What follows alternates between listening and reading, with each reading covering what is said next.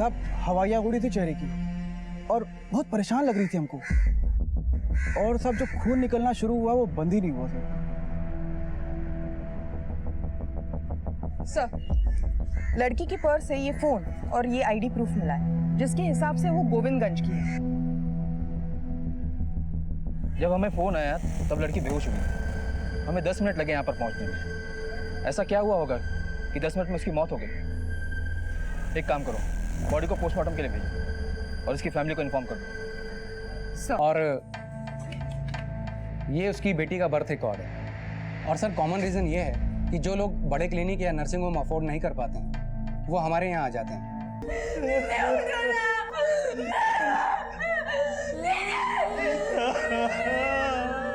21 में ग्रेजुएशन, 23 में MBA और 24 में एक मल्टीनेशनल कंपनी में नौकरी।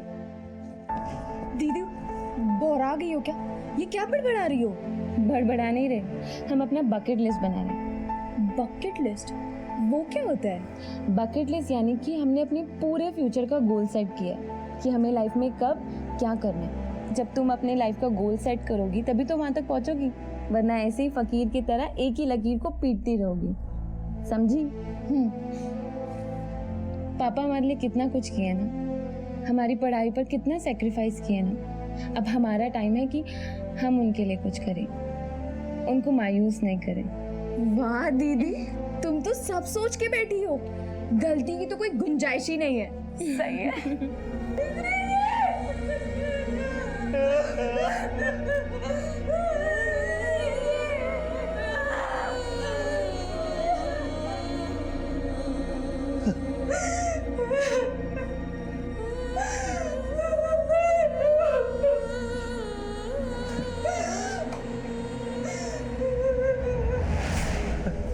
जब सोनम घर से निकली तो उसकी तबीयत ठीक थी? हाँ, बिल्कुल ठीक थी साहब। फिर ये अचानक क्या हो गया साहब? कैसे हो गया कुछ? साहब सोनम को ले जा सकते हैं? अभी नहीं, पोस्टमार्टम के बाद।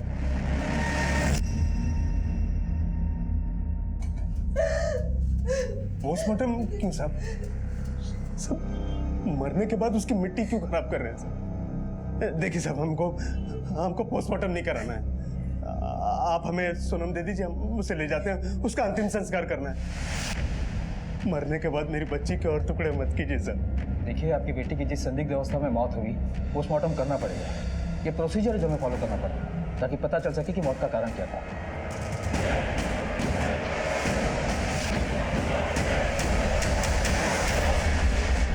सर, ये रही सोनम की पोस्टमार्टम रिपोर्ट, जिसके हिसाब से वो प्रेग्नेंट थी।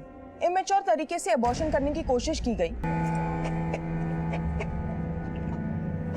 कांता, हाँ साहब।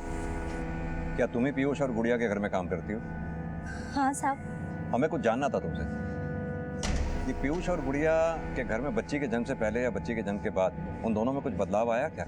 हाँ साहब, जब तक बिटिया नहीं हुई थी तब तक मेम साहब और साहब बहुत प्यार से रहते थे, लेकिन जब से बिटिया हुई है मेम साहब को तो मानो कोई कीड़ा काट गया है। हमेशा साहब से लड़ते रहती है और बिटिया के साथ तो ऐसा बर्ताव करती है कि पूछे मत। हमको तो साहब आज तक समझ में नहीं आया कि कोई माँ अपनी ही औलाद से ऐसा बर्ताव कैसे कर सकती है। क्या किसी अनजान आदमी या अनजान औरत को कभी पीयूष और गुड़िया के घर में आते जाते देखा तुमने?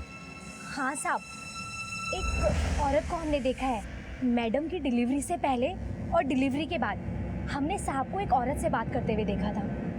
शक्ल पहचानती हो उसकी? नहीं साहब, मैंने उसका कभी चेहरा तो नहीं देखा।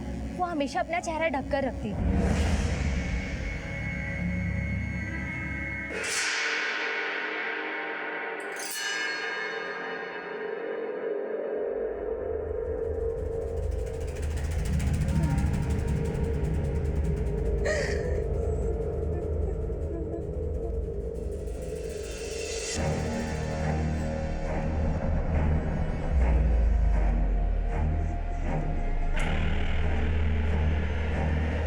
दीदी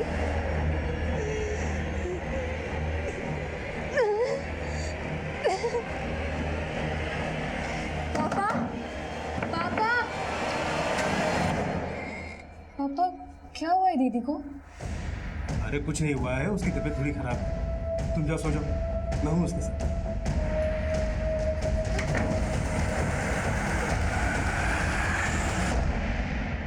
अनीता,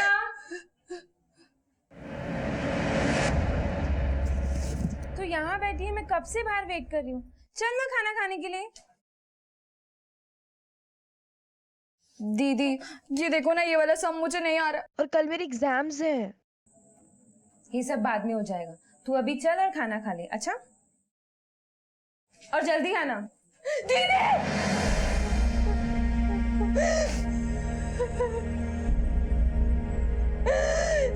तुम क्यों चली गई मुझे छोड़ के?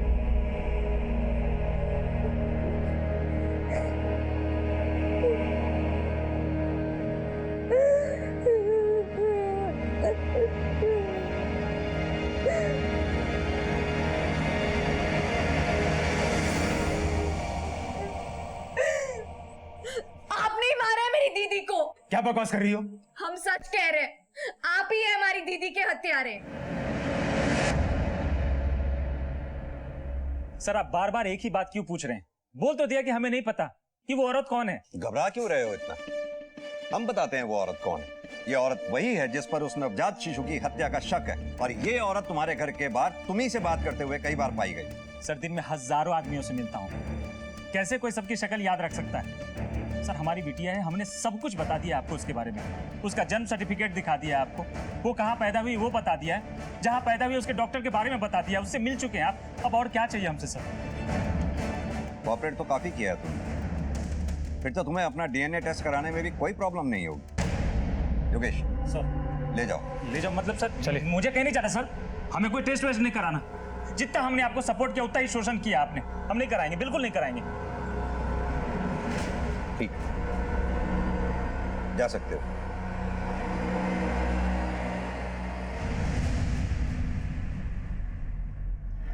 बच्चा बिल्कुल हेल्दी है। डॉक्टर, लड़का है ना? अरे मैं ये नहीं बता सकती लड़का है कि लड़की, बताना जुर्म है। प्लीज तुम दोबारा ये सवाल मत पूछना, वरना हम दोनों को जेल जाना पड़ेगा।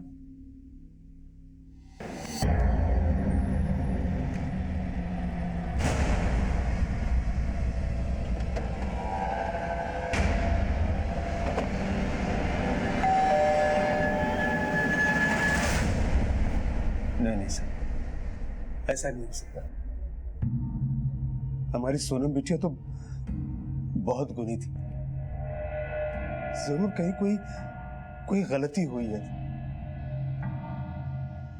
गलती की गुंजाइश ही नहीं है। ये सोनम का पोस्टमार्टम रिपोर्ट है, जिसमें सब कुछ साफ साफ लिखा है। हमारी सोनम बिटिया ऐसा कर ही नहीं सकती। हमारा मान थी सोनम बिटिया, हमारी बहुत सारी उम्मीदें थी हमें उससे। पापा, हाँ? ये तो बहुत महंगा है। आपने अपनी आखिरी एफडी भी तुड़वा दी ना? बेटा वो सब छोड़ो, बहुत अच्छा इंस्टीट्यूट है ये। आप कितना कुछ करते हैं ना हमारे लिए। अरे आप हम पे भरोसा रखिए, हम इसे पूरा करने में अपनी जी जान लगा देंगे। हमारी सोनम बिटिया हमारे खानदान की एक ऐसी लड़की थी जो इतना पढ़ गई, टॉप भी किया। हमें तो अब भी यकीन नहीं होता कि हमारी बिटिया ऐसा कुछ कर सकती है। क्या आपको सचमुच नहीं मालूम था कि सोनम की लाइफ में क्या चल रहा था? क्या वो प्रेग्नेंट थी? अगर पता होता तो ऐसा कुछ होने देते क्या उसके साथ? अगर ये सच बोल रहा है तो भी इतना तो पक्का है कि सोनम की लाइफ में कोई लड़का था जिसके बारे में उसने किसी को नहीं बताया। और वो लड़का कौन है ये सोनम के कॉल रिकॉर्ड से हमें पता चल सकता है। तुम एक काम करो, कॉल रिकॉर्ड से खुलवाओ और बारीकी से चेक करो।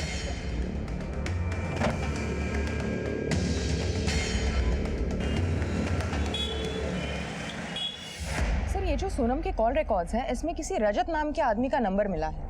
करीब 2 महीने पहले से दोनों रेगुलर टच में हैं और देर रात तक दोनों के बीच लंबी बातें और मैसेजेस हुए हैं। पता किया कौन है ये रजत? यस सर, रजत उसका कोचिंग टीचर था, उसके घर जाकर उसे ट्यूशन देता था। सर, काफी इंटेलिजेंट आदमी है और शादीशुदा भी। मतलब सोनम की कहानी में नेगेटिव किरदार है। अमृता, उठाते हैं इसे। सर मैं सच कह रहा हूँ सर, मैं किसी को बेवकूफ़ नहीं बना रहा। सोनम मेरी स्टूडेंट थी दैट्स इट, इससे ज़्यादा और कुछ भी नहीं था सर। और तू अपने सारे स्टूडेंट से रात रात भर फोन पर बातें करता है, मैसेजेस करता है। देख, सीधे तरीके से बता दे, वरना ऐसा ट्यूशन देंगे कि कभी किसी पढ़ाई की जरूरत नहीं पड़ेगी तुझे। नहीं सर, वो एक्चुअली सोनम का और मेरा अफेयर था सर। शुरू में मैं सिर्फ ट्यूशन पढ़ाने जाता था उसके घर, लेकिन सर धीरे धीरे हम लोग करीब आए।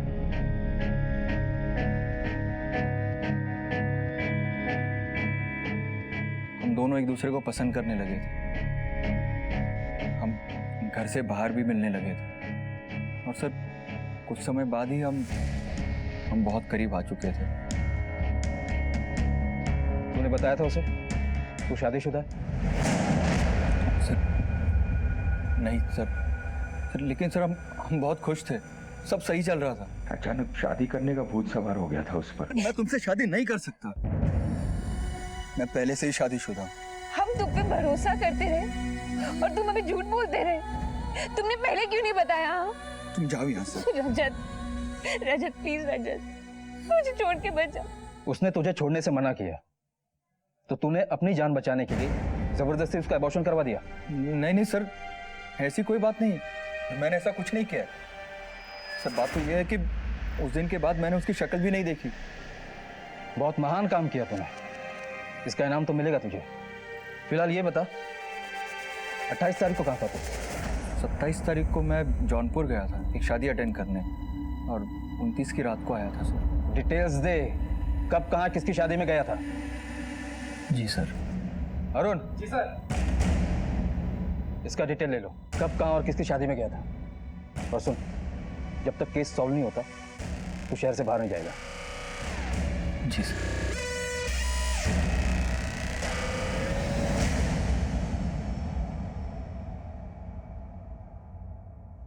सर, सोनम के अबॉर्शन का सबसे स्ट्रॉन्ग मोटिव इसी के पास है, क्योंकि अगर उसके प्रेगनेंसी की बात बाहर आती तो सबसे ज्यादा नुकसान इसी का होता।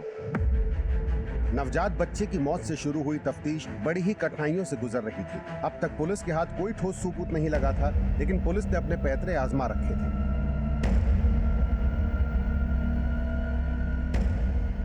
ये लो पैसे, ये लो। क्या कर रही हो? तुमसे जो काम का था बस उसे कर दो। ओह, तो इसलिए तुमने मुझे यहाँ पर बुलाया? तुम समझ नहीं रही हो, अगर इस बार लड़की हुई तो मेरे ससुराल वाले मुझे घर से बाहर निकाल देंगे। प्लीज मेरी मदद कर दो। मैं कुछ नहीं कर सकती, समझी तुम? और परेशान करना बंद करो, नहीं तो पुलिस में दे दूंगी तुम्हें।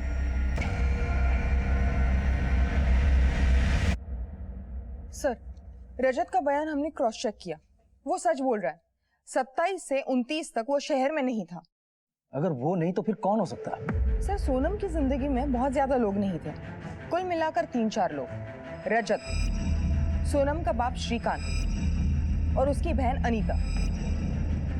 और पिता श्रीकांत को अपनी बेटी सोनम पर बहुत गुमान था, बहुत उम्मीदें थी। और इतनी काबिल बेटी के बारे में अगर किसी पिता को ये पता चले कि वो बिन ब्याही प्रेग्नेंट है तो जाहिर है गुस्सा भी बहुत आया होगा। नम्रता, हम सोनम की बहन अनीता से बात करते हैं। Right sir.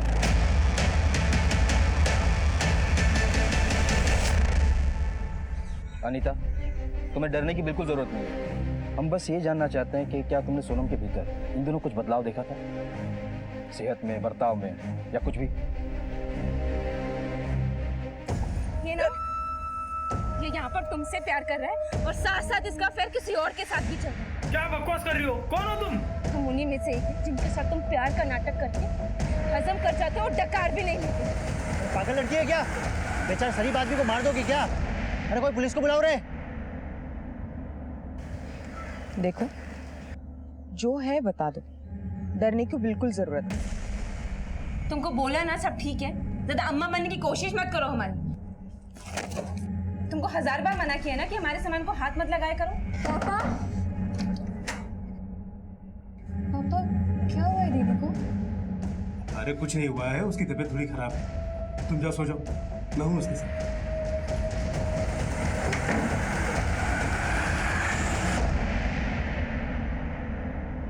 पापा और दीदी के बीच में कुछ चल रहा था। पापा ने मुझे कमरे में नहीं आने दिया। क्या पापा जानते थे दीदी प्रेग्नेंट थी?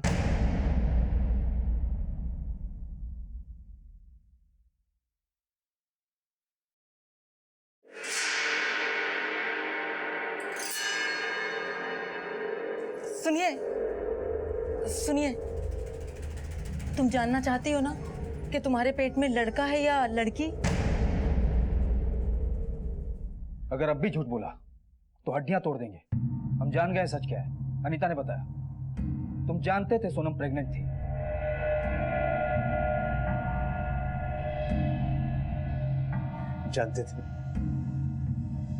जानते थे हम, और वो हमसे मदद मांगने आई भी थी।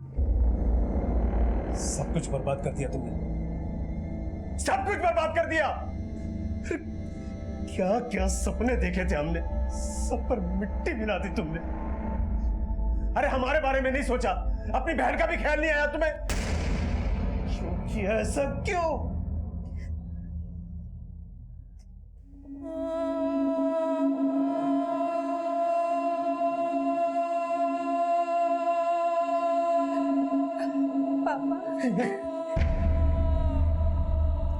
हम तुम्हारी कोई मदद नहीं करेंगे। ये तुम्हारा पाप है, तुम्हें ढोना पड़ेगा ये सब। और अगर इसे रखने का सोचोगी ना तो हमारा मरा हुआ मुंह देखोगी।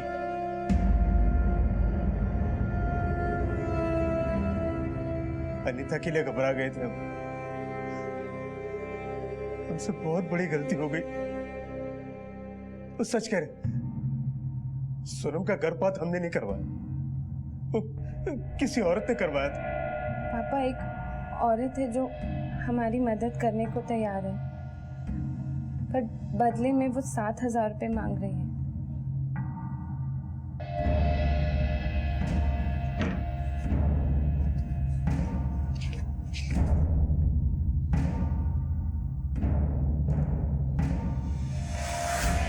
तुम्हें पता है कौन थी वो औरत? नहीं। अनीता ने बताया कि सोनम की मौत के एक रात पहले तुम्हारे कमरे से सोनम के कराने की आवाजें आ रही थी और तुमने अनीता को अंदर आने नहीं दिया। क्यों? सोनम दिन में उस औरत के साथ अबॉर्शन के लिए गई हुई थी। काफी देर रात को लौटी, आते ही अपने कमरे में चली गई और आधी रात को शायद उसके पेट में दर्द हुआ और वो मुझसे मदद मांगने के लिए आई थी। पापा, पापा,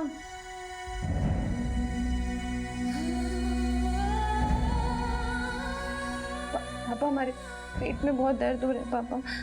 तो मैं क्या करूं? तुम्हारा पाप है, तुम संभालो।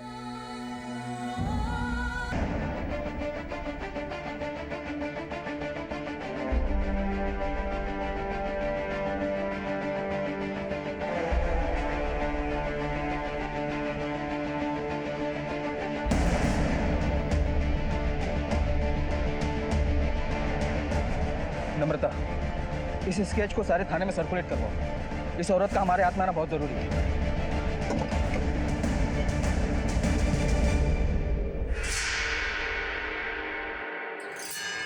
लड़की है। मुझे ये बच्चा नहीं चाहिए। मुझे इस बच्चे को गिराना है। प्लीज, मैं आपके हाथ पैर जोड़ती हूँ, मेरी मदद कीजिए। घबराओ नहीं। और अगर इस बच्चे को गिराने से भी अच्छा उपाय बताऊं तो?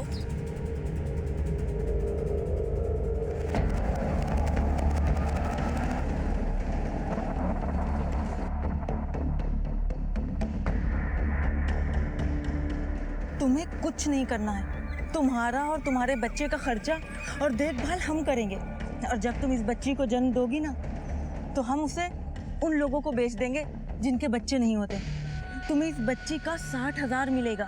हाँ, अगर लड़का होता तो 75 मिल जाते। पर ये तो गलत है, ये तो जुर्म है। और अगर मैंने इस बच्ची को रख भी लिया और तुम बीच में मुझे छोड़ के चली गई तो? तुम्हें यकीन दिलाने के लिए ही तो यहाँ लाई हूँ। रिसेप्शनिस्ट मेरी सहेली है, वो मुझे उनके नंबर देती थी और मैं उन्हें फोन करके बच्चा खरीदने का ऑफर देती थी। एक औरत होकर बच्चों की खरीद फरोख्त करते तुम्हें शर्म नहीं आई? सर, अलीगंज थाने से फोटो सर्कुलेट हुआ है। सर, वो लोग इस औरत को एक लड़की सोनम के गलत अबॉर्शन के कारण हुई मौत के लिए ढूंढ रहे हैं। तुम्हारे कारनामों की फेरिस्त तो काफी लंबी है। अब शराफत से बता दो कि तुम्हारे इन कारनामों का सरगना कौन है? सर मत मारिए सर, मैं बताता हूँ सर, सब बताता हूँ। सोनम का अबॉर्शन मैंने ही किया था सर।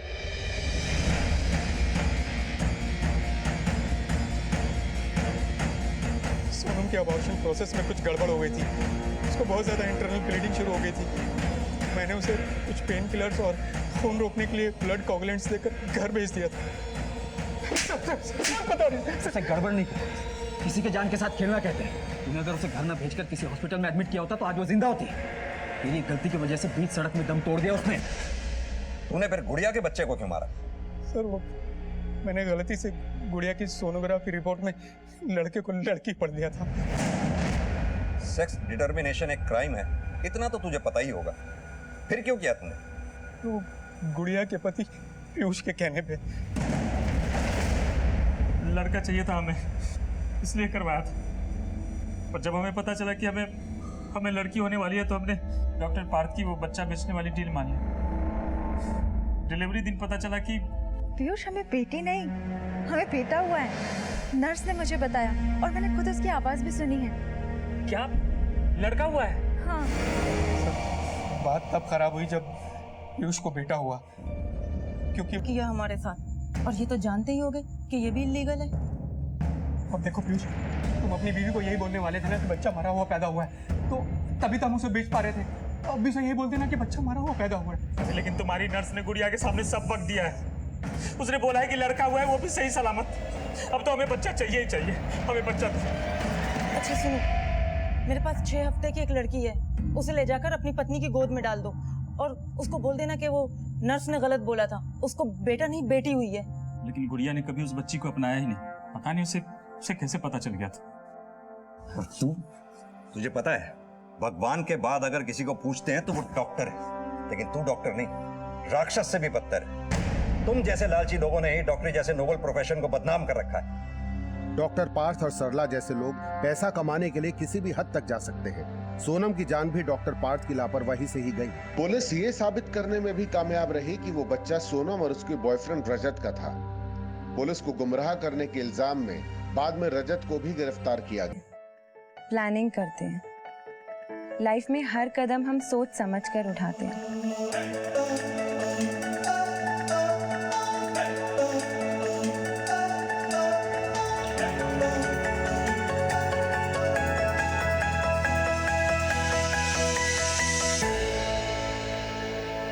लेकिन कभी कभी वक्त और हालात की गर्दिश दिशा बदल देती है और हमारे पैदा किए हुए प्रॉब्लम्स हमारी रुकावटें बन जाती हैं।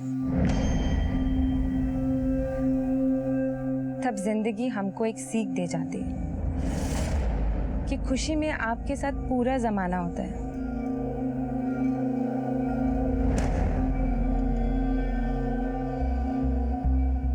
लेकिन दुख में आप अकेले पड़ जाते हैं।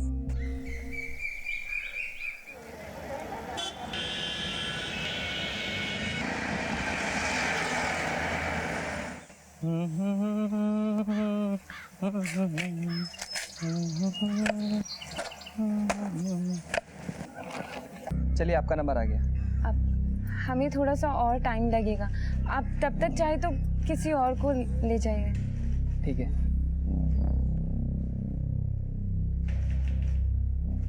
आप कहाँ हैं? आप अभी तक आए नहीं। हम आपके आगे हाथ जोड़ रहे, प्लीज आ जाइए। हमारा यहाँ पर सबके सामने मजाक बन जाएगा। हमने क्या बिगाड़ा है आपका? सच्चे प्यार का आप ये सिला दे रहे हैं हमें। आप ऐसे बीच मझदार में हमको छोड़कर नहीं जा सकते, नहीं तो क्या कर लेंगे हम तुम्हारी जिंदगी बर्बाद कर देंगे, तुम सोच भी नहीं सकते।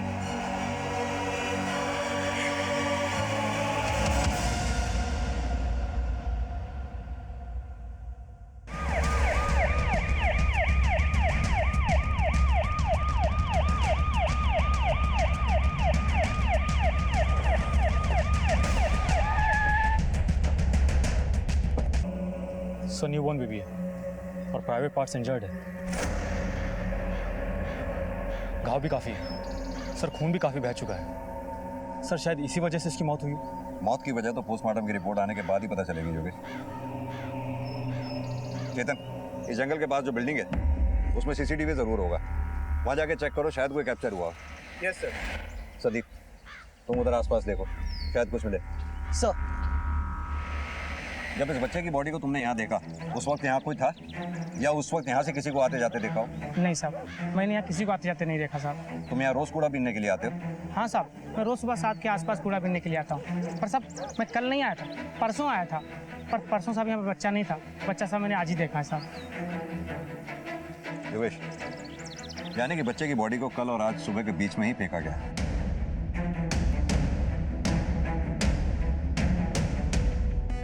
सर कुछ नहीं मिला। बच्चे की बॉडी को ले चलो। सर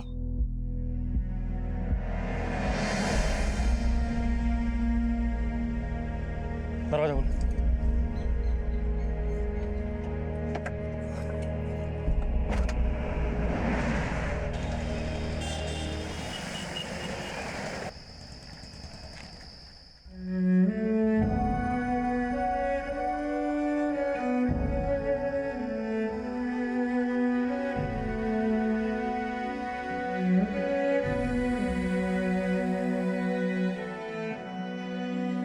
सब खत्म कर दिया हमने,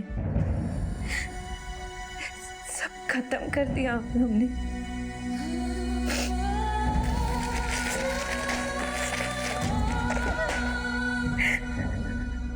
हम तुम्हारी जिंदगी बर्बाद कर देंगे, तुम सोच भी नहीं सकते।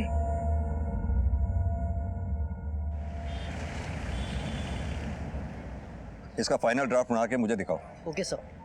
सर बच्चे की पोस्टमार्टम रिपोर्ट। सर वो लड़का था और उसके प्राइवेट पार्ट को काटा गया था। सर खून काफ़ी बह चुका था जिसकी वजह से उसकी मौत हुई है। एक बात और सर, जन्म के 30 मिनट बाद ही बच्चे की मौत हुई है। योगेश, इतने छोटे बच्चे के साथ ऐसा कौन कर सकता है और क्यों? ऐसे हादसे तो लड़की पैदा होने पे अक्सर देखे जाते हैं। ये तो फिर भी एक लड़का था और लड़के की लाश को एक अच्छे से कपड़े में लपेट के फेंका गया, यानी कि लड़का पैदा होने के बाद उसे किडनैप किया गया, उसे टॉर्चर किया गया। या फिर यह भी हो सकता है कि बच्चे के माँ बाप की किसी से दुश्मनी हो और बदला लेने के लिए उसने बच्चे का कत्ल कर दिया हो। एक काम करो, पिछले 2-3 दिन में जितने भी इतने छोटे बच्चे की मिसिंग कंप्लेंट दर्ज हुई है चेक करो। हो सकता है बच्चे के चोरी होने पर उसके माँ बाप ने कंप्लेंट दर्ज की हो। सर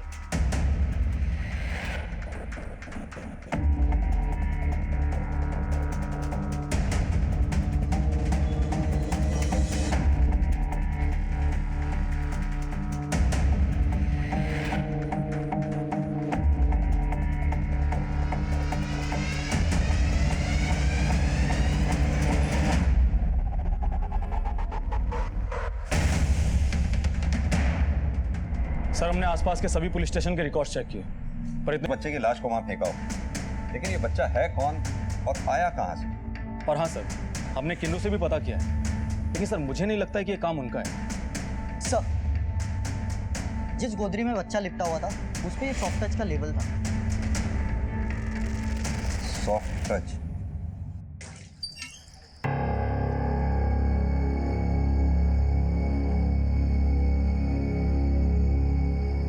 क्या हुआ दीदी? सब ठीक है? सब ठीक है। दीदी ऐसे देख के तो मालूम नहीं पड़ रहा है कि सब ठीक है। तुमको बोला ना सब ठीक है, ज्यादा अम्मा बनने की कोशिश मत करो हमारी। खुद का तो कुछ आता पता है नहीं तुम्हारा और हमारी अम्मा बनी घूम रही हो। दीदी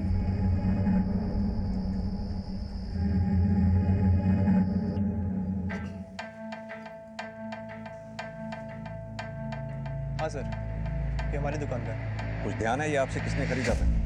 ये ऑनलाइन ऑर्डर से डिलीवर किया था सर। ये रहे सर, पिछले 2 महीनों में हमने 15 लोगों को हमने ये माल बेचा है। इन 15 लोगों के एड्रेसेस दीजिए। Okay sir.